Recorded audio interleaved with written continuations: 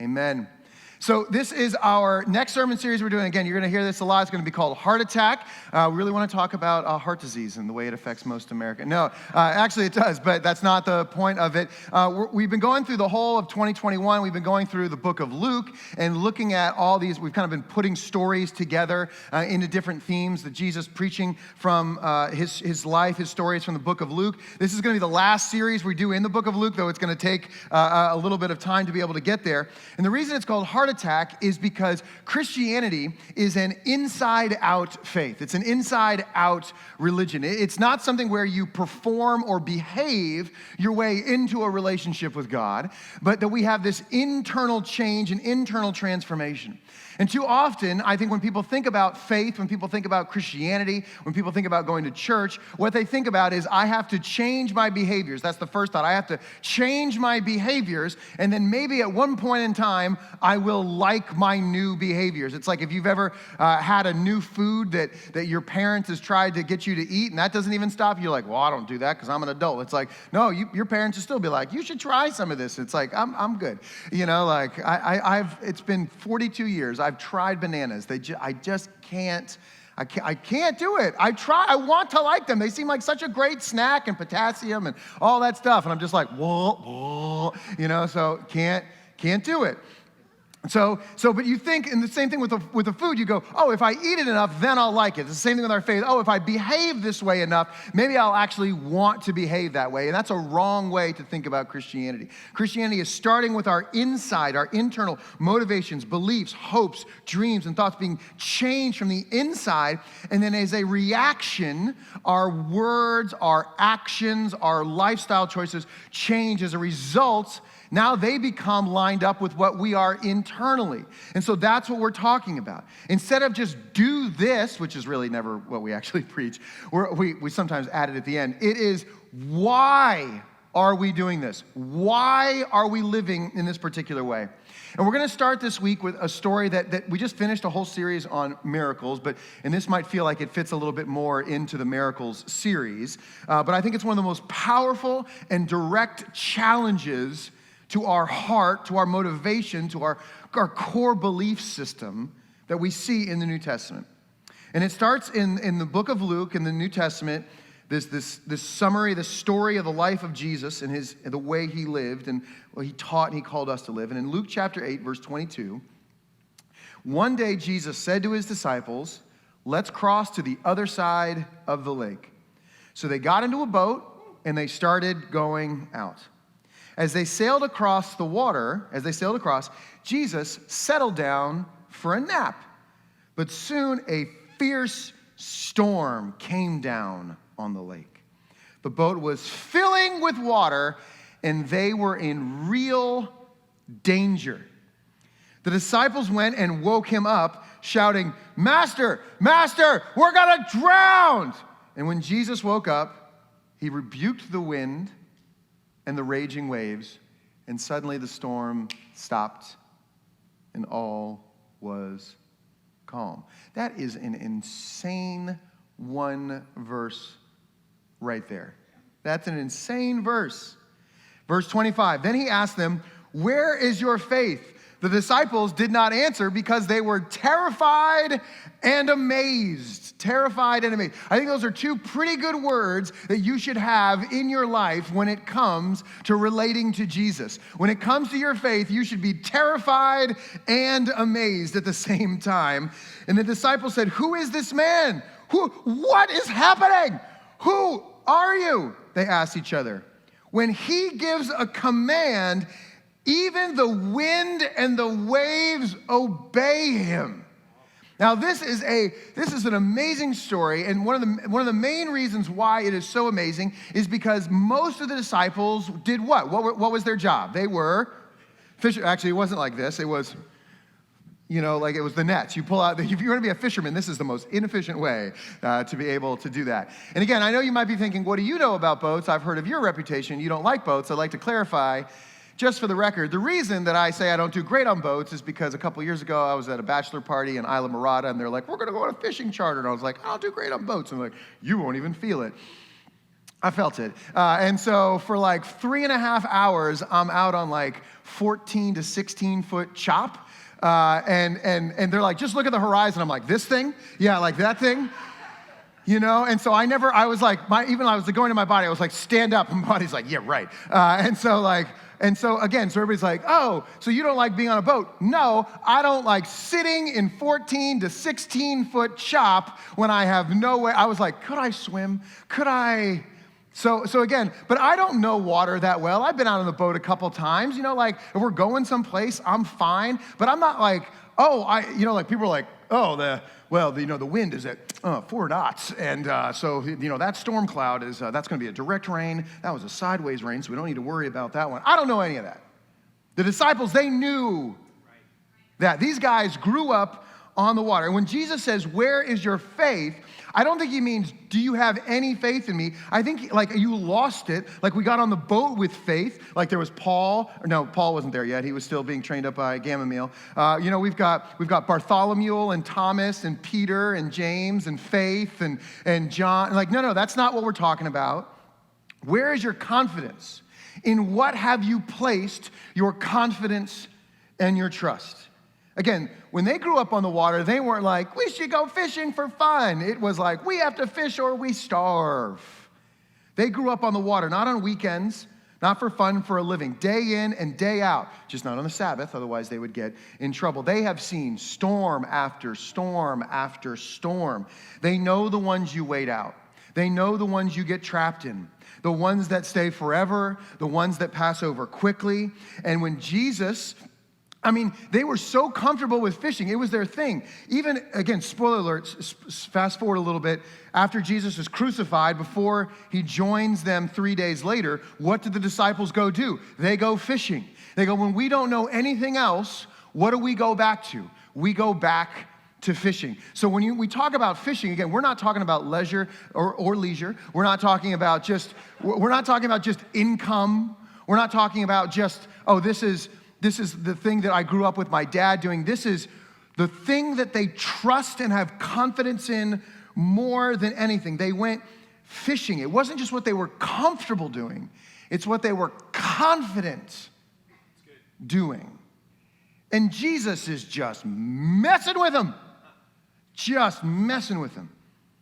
It's like if you look at a map, if you ever look at a square map, and you're like, Alaska is huge. And it is big.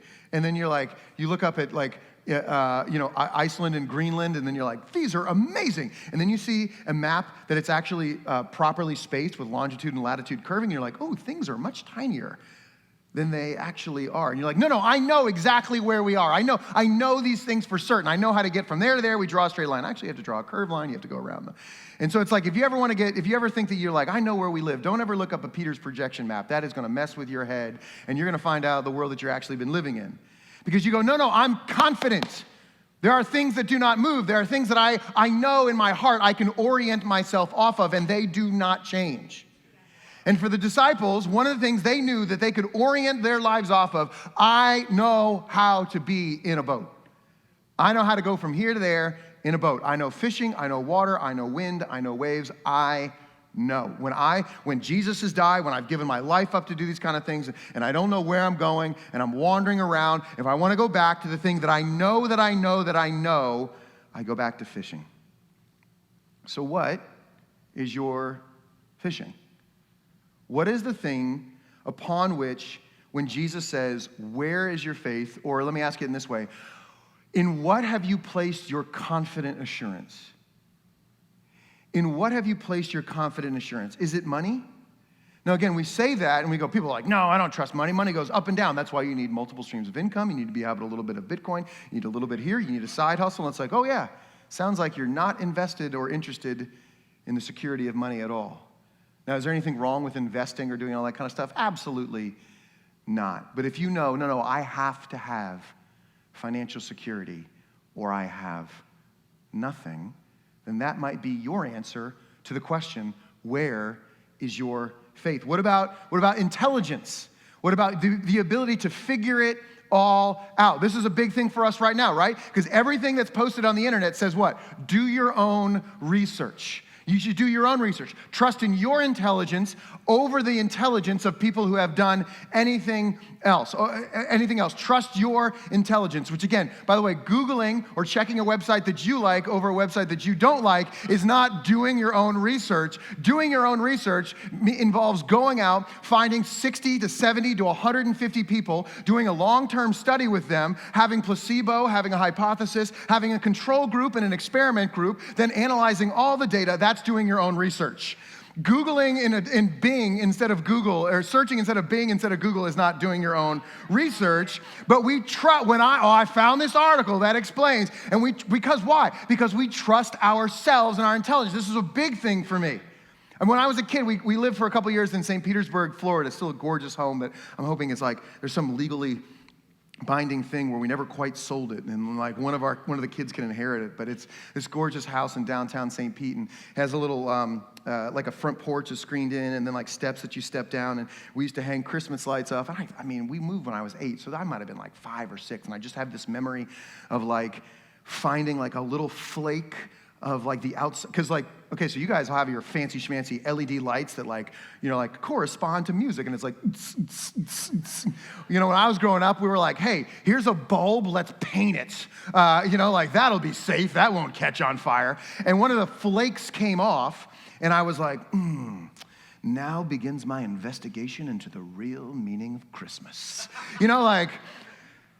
Not that I couldn't just go like, Mom, what's Christmas all about? I was like, no, I trust myself to start with the scraped paint of a Christmas bulb to figure out my own investigation. When I was in high school over at a friend's house, and I think it was just like like a day off of school, like a Labor Day or something like that, and we were just like hanging out by his pool, and I went to the bathroom in his house, and he had like a Bible near there or something. I was like, I'm gonna start in Genesis and figure this out. That's why like people who are like, they really trust themselves are like, I'm gonna figure out this Bible thing on my own. Let's start in Genesis. You're like, that's not the place you're gonna start. Good luck. See you later in Leviticus. Like pew pew. But over and over again, we find that. So for me, that's a little bit of the way that I want to. If all else fails, I can think my way out of it. I can think and reason and logic and outsmart my way out of it. That's where I want to fall back to in this. What about this? How many of you, the default for you is disaster? And you go, that's not happy. Yeah, and some of you don't live defaultly happy lives. That when it comes down to it, when everything else is going wrong and everything's burning around you, you kind of get a little bit of comfort because you're like, I knew this was coming. I knew things were going to go. And the minute something starts going bad, imagine for a second you are a Cleveland Browns fan. Or imagine you are I didn't think that was going to be controversial here. How dare you? Over and over again, you are so comfortable when things go bad because you expected them to go bad, that the moment something starts happening, the thing that you actually run to is, I knew it. And you actually find comfort in brokenness and negativity. You find comfort in disaster. Because as long as things are going bad, you don't have to get your hope up. And when your hope gets up, that's when you actually get really frustrated and really scared. And so when Christ is supposed to be the hope of glory, and you're supposed to believe for the promises, and you're supposed to pray for things and ask for things, that's scary. And you'd much rather things be going wrong, because at least when they're going wrong, you're very comfortable with that. Some of us live as disaster and pain as our default, and we actually find comfort and confidence in it. Now, there's probably a million more that I could go down. What's yours? Is there a particular part of your looks? Is there a particular part of your wit and humor and personality? Is there a particular family belief that you had growing up? Is there a particular way that you view politics? Is there a particular way that you view marriage and relationships? And but if nothing else fails, at least I'm married, or at least I have my spouse, or at least I have my kids, and my kids, they always listen to me, they always love me, they always do what I say that I need them to do. Like, right, there you go. That's the laugh I was looking for. And what happens when that doesn't happen? When life does not go the way that you expected it to go, the way that you wanted it to go, what happens then? Which directions do you go to? Do you get dragged to your default, or do you get pulled towards Christ? When those moments, when you're in a storm, whatever a storm is for you, whatever storm, the money is going away, or you can't think, you're getting brain fog, and you can't figure out what the reasoning is, or you're thinking as much as possible, doing every research, you can't figure out the problem in front of you. Everything's going right or everything's going wrong. In those moments, do you go, wait a minute, what does Christ want me to believe? Or what is it like, oh, let me just swim in the warm bath of my own defaults and comfort? Where is your faith? Where, in what, in who have you placed your confidence, your most foundational confidence, upon which you build your reality in the rest of the way that you view the world? Every single one of us has a worldview, a way that we live. What's a worldview? It's a way you view the world. It is a lens. We got people in glasses and sunglasses and everything. Like, I cannot drive without sunglasses. Like, it could be like 6 a.m, like the slightest crack of light, and I'm like, it's blinding me. Like, I need to get the light on. Like, there is a way. And so I switched. I used to have the TNLC ones. So that's a black lens. And then we got like people sent us some samples and some stuff, so mine have a slightly pink tint to them. And so the way I view the world now has a slightly pink tint to it. Or remember anybody who's a Gen X or older, remember blue blockers? And you're like, oh, it's so clear. All of that is a worldview. If you wear glasses, it might bring things into focus. It might bring things into sharpness. It tells you what to look at. You're farsighted or nearsighted. It allows you to see things in the distance, see things up close. It colors, it tints what you see. All of us have that.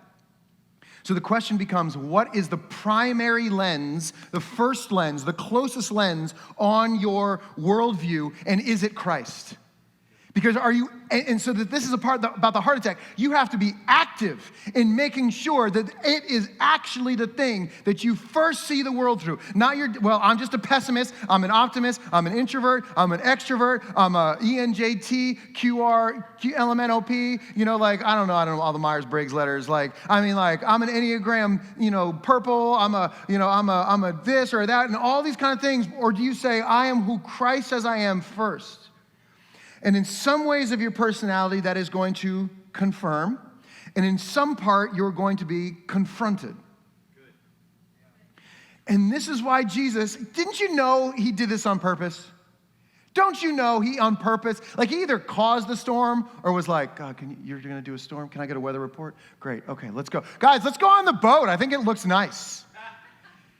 He picked the water for the disciples. When the disciples are with him, most of the time, he is rebuking the Pharisees, he is healing other people, he is ministering out. When he challenges the disciples, they're on the water because that's where their heart needs to be pulled out of what they trust and have confidence in the most. You walked in here. Whether you are watching online, whether you're born and bred in the womb, you came out with felt, Moses, stickers on your crib, and you were so dyed-in-the-wool Christian, or you hate it, you hate every part of it, and you got dragged here because somebody's like, I'm going to give you 3 breakfasts, in the same day, or whatever it is you got, you have, whether you call it religion or faith or not, you have core beliefs and convictions upon which you have built your perspective of the world. Whether you're conscious of them or not, whether they are contradictory to each other or not, that's a different conversation. Jesus is always messing with these guys. For instance, let's jump over to the book of Matthew real quick. Matthew 14:22. Immediately after this, after he'd healed a bunch of people, Jesus insisted that the disciples get back in the boat and cross to the other side of the lake while he sent people home. After sending them home, he went to the hills by himself to pray. Night fell while he was there alone.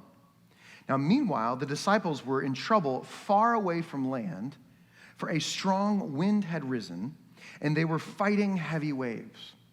About 3 o'clock in the morning, Jesus came towards them walking on the water. Walking on the water.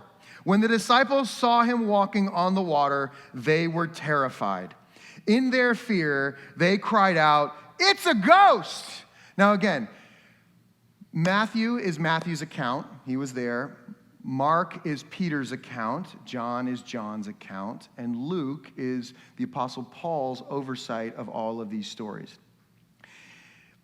Do you get the feeling that right here there was potentially a chance where the disciples yelled out something a little less biblical? And they're like, no, don't put that. Just say we were terrified. Yeah, but what did you say when you were terrified? Nothing, we were terrified. I feel like I would have understood at that moment. There was a man. Like, we have the story of Jesus walking on the water. They're in the story of Jesus walking on the water. And Jesus spoke to them at once and said, "Don't be afraid." Yeah, I would have been terrified. "Take courage. I am here." And then Peter called to him, "Lord, if it's really you, tell me to come to you walking on the water." "Yes, come," Jesus said. So Peter went over the side of the boat. He walked on the water towards Jesus. It's Labor Day weekend. Some of y'all went on a boat. Some of y'all going on a boat. Y'all going to get out of the boat. You're going to go to the island. And when you're going to be out, I'm just telling you right now, it's going to be in your head. You're going to get out of the water. And you're just going to be like, okay, all right. So just checking. It was when Peter walked to the other side, when he saw the strong wind and the waves, he looks at Jesus and he looks off of Jesus. And he starts looking at circumstances. He starts looking at all these kind of things. He's terrified. He begins to sink. When he's looking at Jesus, he walks on the water. When he looks at the circumstances, he begins to sink. "Save me, Lord," he shouted. And Jesus immediately reached out and grabbed him. "You have so little faith. You have so little confidence and assurance in who I am and what I can do. Why did you doubt me?" Can we give Peter a break? Peter has little faith because he didn't stay walking on the water. Again, remember your boat trip that you already took or the one you're about to take. And if Peter has little faith because he didn't stay on the water, let's give Peter a break. This is ridiculous. Why do you doubt me? Why did you doubt me? And when he climbed into the boat, the wind stopped. And the disciples worshiped him. "You are really the Son of God," they exclaimed. Now, the wind and the waves thing in the Luke story, where Jesus wakes up and he rebukes the wind and the waves, let's be honest, that could have been luck, right? That could have just been chef's kiss, perfect timing. What do you do with this one?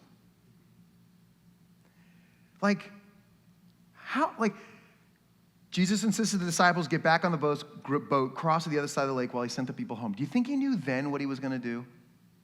I mean, he's Jesus. He has ideas at some point. I mean, he's still, perfectly God and perfectly man. At some point, he's going to get an idea, and he's like, all right, it's time. Let's just freak these dudes out. And he sends them across. And both of these stories, in Luke and in Matthew, come before a time where Jesus will look at his disciples and say, "Who do you say that I am?" He has yet to even make them confess that he is Lord and Savior. So before he asks them to cross that threshold, he is finding ways to push them, to challenge them, to examine where they have comfort and where they have control. He's pushing them to examine what they think about creation itself. What is the nature of reality? What is the nature of existence, of God, of my relationship with him? I mean, that got deep real quick, right? But I mean, you just saw a guy walking on the water. You've spent 20, 30, 40 years on the water. How many of those have you seen? And when you see that, when you really think about it, you go, is there any part of my life and perspective and assumptions that is true anymore? When you see that, when you read that, they weren't just like, oh, that guy's cool, let's follow him. That had to shake them deeper than anything they would have ever experienced in their life. That wasn't just, oh, the winds and the waves had a nice timing. Jesus is defying the way that they understand the very nature of creation itself. He is more powerful over creation than creation is over him. They are always going to be less powerful than creation. Yet here is someone who is more powerful and who has authority over creation itself. So maybe what we need to do is to not be worried that we're digging too deep in our lives. Maybe some of the struggles and frustrations and hesitations and calamity that we get to in our faith is because we didn't dig deep enough. Were you just trying to figure out whether or not you have time to come to church on Sunday mornings on a regular basis? Or were you experiencing a reorganization and a complete disassociation and deconstruction of the very way that you see reality itself? Because the second one is what you're supposed to have. Most people come to Christ because they are exposed to faith at a young age. They are exposed to the good news, the gospel, when they are young. And I think the reason is not because we don't preach to people who are older, but because the older and older you get, think about how many routines you have in your life. Think about how many assumptions. Think about how many patterns you have in your life that have not been there for, Kyler, what are you, 17, 16, 17? 17, Kyler's 17, okay, I got a little bit of time on him, I'm 27, okay, so why is everybody laughing? So even if I'm only 27, I've got a decade, 365 times 10, 3,650 days of routine, of mentality, of speaking. Now again, multiply that by another 2, like as if I was 42 or 42. Think about how deeply ingrained those assumptions become. They get so deeply ingrained that you don't even see them there anymore. You know there was a time where there was no Grand Canyon, right? You know that there was a time where these things were not there. So even though it might feel like that assumption is actually, to take that assumption away, to take that and change that belief might be to take a physical part of your body, I'm telling you, it can be done. But I think the older and older you get, you just kind of go, it can be done. I don't want to do it. It's exhausting. Let me just stick where I am. As if there is not enough grace for you. As if there is not enough hope for you, is that not enough mercy, and not enough love, and not enough time, not enough grace? I think that's why so many people, they mostly stay the same. They stay the same. They rotate churches, preachers, and podcasts until they find the one that builds them up, but doesn't really challenge them, doesn't really tell them that they are wrong. And so you go, is this why people leave our church? Yes, and it's why some people are here from other churches, because they're like, I've heard all those pastor stories before. I've heard all those messages before. He's on a 5-year rotation. So I left after 6 years. And it's true that maybe sometimes people are like that. But again, what I have found most of the time is they go, oh, I really like this. It's really helping me to grow. And then we go, yeah, except for this part. Boom. And they go, oh, I don't think God's calling me to be here. Man, you ever talk to people, you ever talk to Christians and you feel like God is a schizophrenic? It's like, why did he call you here and then not call you here? And then he called you here and then he didn't call you here. It's like, man, God, we got to get you to take some deep breaths and really like center down, because you are crazy, man. You are moving in some mysterious ways. He doesn't. And John the Baptist said this when Jesus' ministry was exploding. He said, well, I must decrease and he must increase. And he was speaking about his ministry, but what it's really true for is our whole lives. Are you willing not just to go from not a Christian, but to Christian? But when you go from not a Christian to Christian, to Christian, Christian, Christian, Christian, Christian, Christian, Christian, Christian, or really what we should be is not a Christian, disciple. Disciple, disciple, disciple, disciple, disciple, disciple, disciple, disciple. Now imagine just for the rest of your life. Are you willing to live a life of dismantling and deconstruction of the way that you view the world, of what you think is right and wrong, of up and down? Or are you just looking for a little bit of a tweak? So often right now in the church, people are looking to deconstruct their faith because deconstruction is the new hotbed topic. If you're on the Twitters, deconstruction is the new hotbed Twitter, and hotbed issue. But the problem is when you deconstruct for the sake of deconstruction and not for the fact of actually trying to be able to find the truth. And what I have experienced, and the conversations that I hear, the people who are deconstructing their faith, the reason they're having to deconstruct their faith is because they built it on a faulty foundation and were not willing to deconstruct their lives before they started to build a faith upon it. Are you willing? So you want to get into deconstruction? Good. Get into deconstruction of every presupposition, every assumption, every political view, every health view, every view on marriage and relationships and parenting and people and men and women and sex and sexuality. Every single thing you have to be able to say, I lay at the foot of Jesus. And I will do my very best in humility and aiming towards Christ, not to make my life comfortable and easy, but to make my life true to the gospel of Jesus. And sometimes I'm going to get it right, and sometimes I'm going to get it wrong. But I'm going to stay in humility because being right is not my goal. Being Christ-like is my goal. Cultural and countercultural is not my goal. Being Christ-cultured is my goal.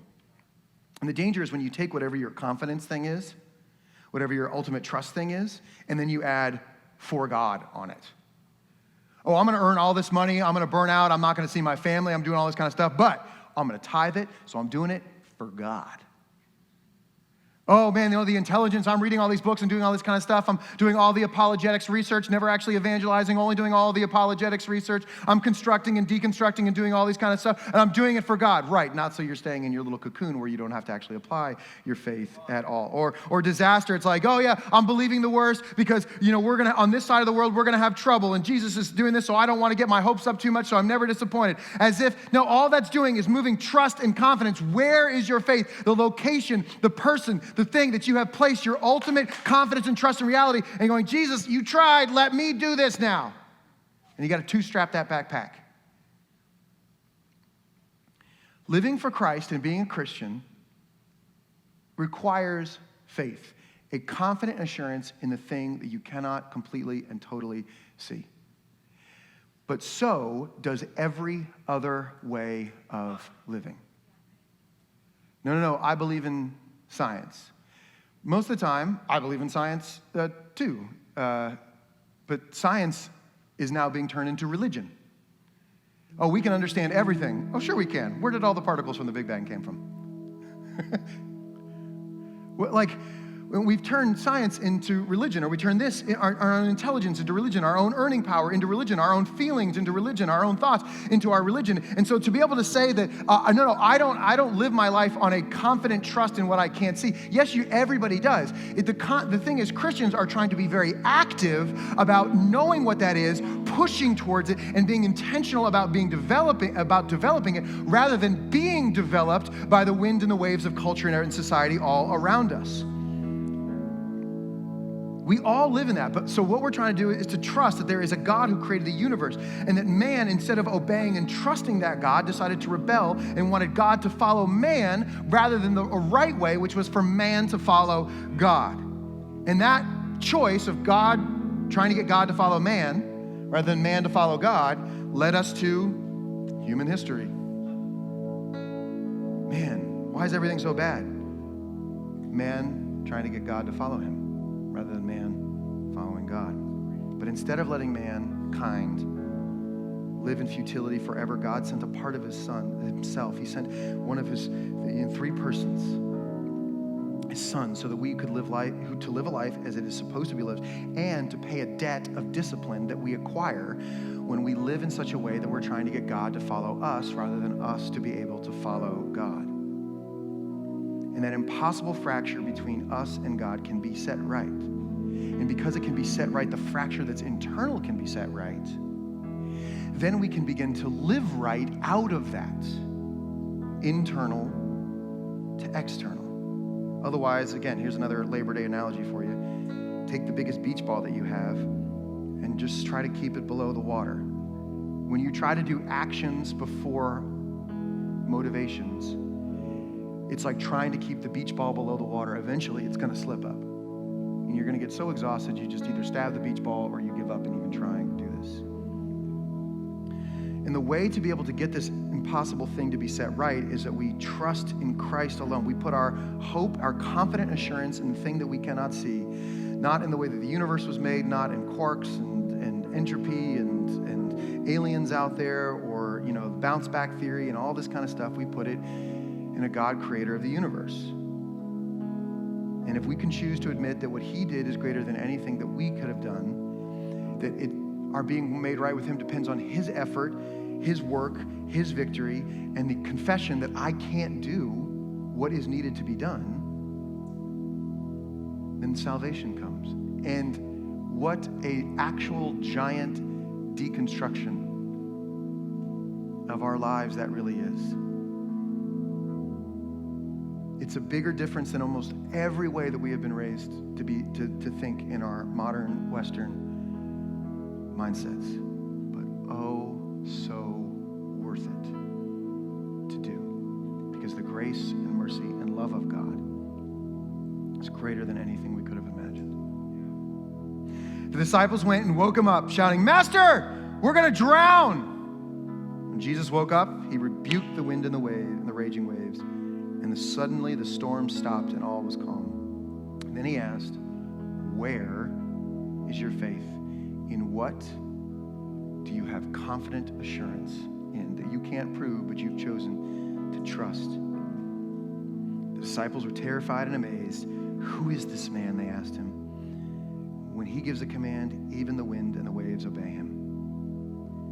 Nothing they knew like the wind, nothing they knew like the water, but Jesus calms it, walks on it, and rebukes it. And if that's what he does with that part of creation, what might he do with this part of creation if we are willing to submit to him? Let's pray and then respond to Jesus in worship. Father, thank you so much for your love, for your hope, for your grace and your mercy.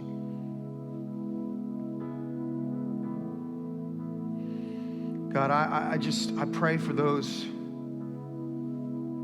who are working to move their confident assurance away from the things of themselves, of the world, and into you. If that's you, would you just pray this with me? I just want to pray a prayer to help you move closer and grow closer to him. Just say, "Jesus, would you teach me to love you? Teach me to trust you, to see where I've been coming from, to see where I need to go."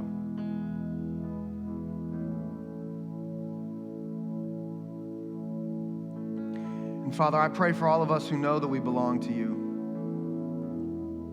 but we're too easily running back to our defaults. Holy Spirit, would you illuminate what those are? When things go badly, when things are off, when things are crazy, what is it that we trust? Will you help us to see it? Help us to know it? So when we start moving towards it, we might recognize it and move to Christ instead.